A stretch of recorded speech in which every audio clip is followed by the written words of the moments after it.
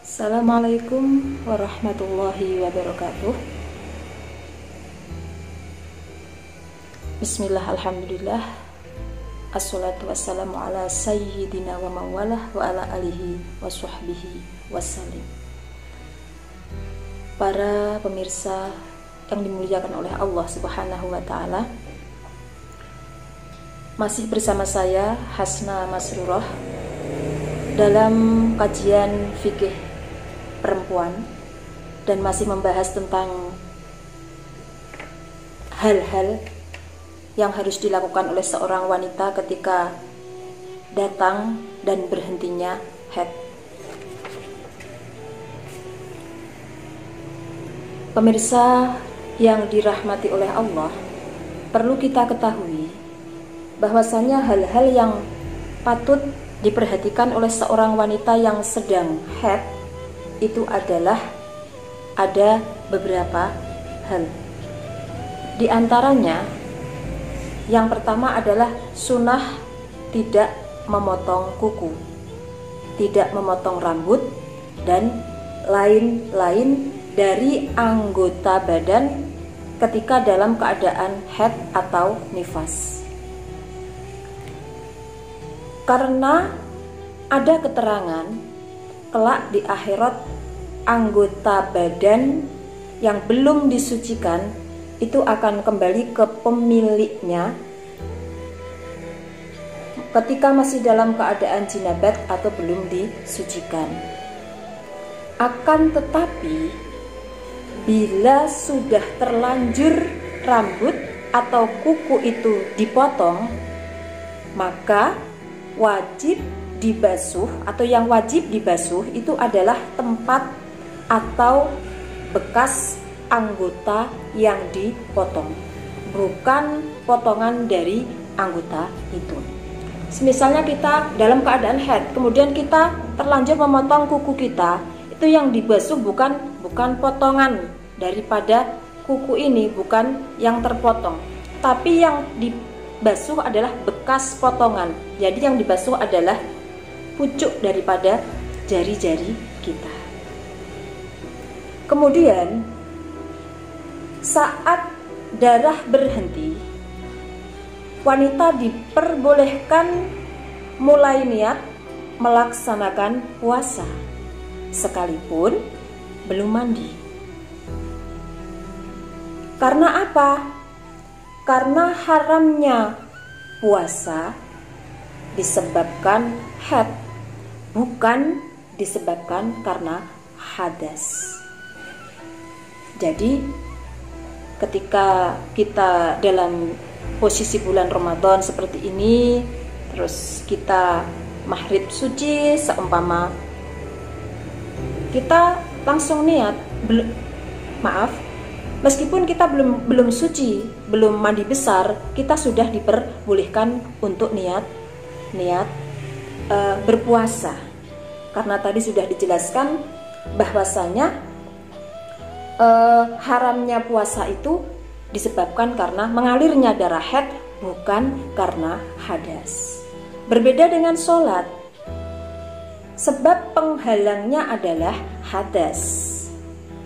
Juga berbeda dengan melakukan hubungan suami istri atau bersetubuh, sebab ada nas hadis yang secara jelas itu melarang menggauli istri sebelum bersuci. Kemudian hal-hal lagi yang perlu diperhatikan oleh wanita saat mengalami haid, yaitu bagi seorang wanita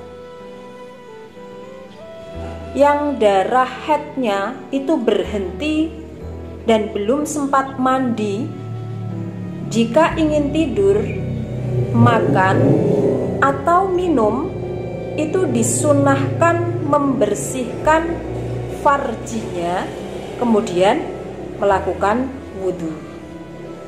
Dan meninggalkan hal ini hukumnya adalah makruh.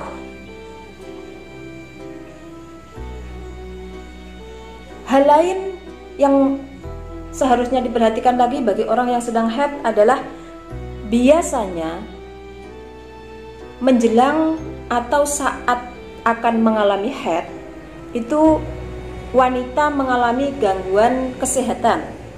Nah, gangguan kesehatan itu diantaranya apa saja? Terkadang payudara terasa mengencang dan juga terasa sakit. Kemudian pegal-pegal, ada reaksi lemah dan juga letih, kadang rodok lesu, rodok males. Kemudian ada yang merasakan perut terasa sakit, mual, mules-mules, dan terkadang ketika seorang wanita itu akan mengalami menstruasi atau haid itu suka beremosi.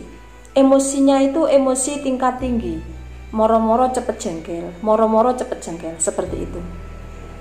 Itu biasanya tanda-tanda yang dialami oleh seorang wanita yang sedang akan haid atau menstruasi.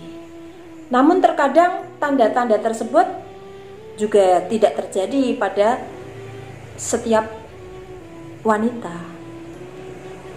Jadi tidak semua tanda yang saya sebutkan tadi harus ada, itu tidak. Itu kembali kepada orang yang mau mengalami haid sendiri.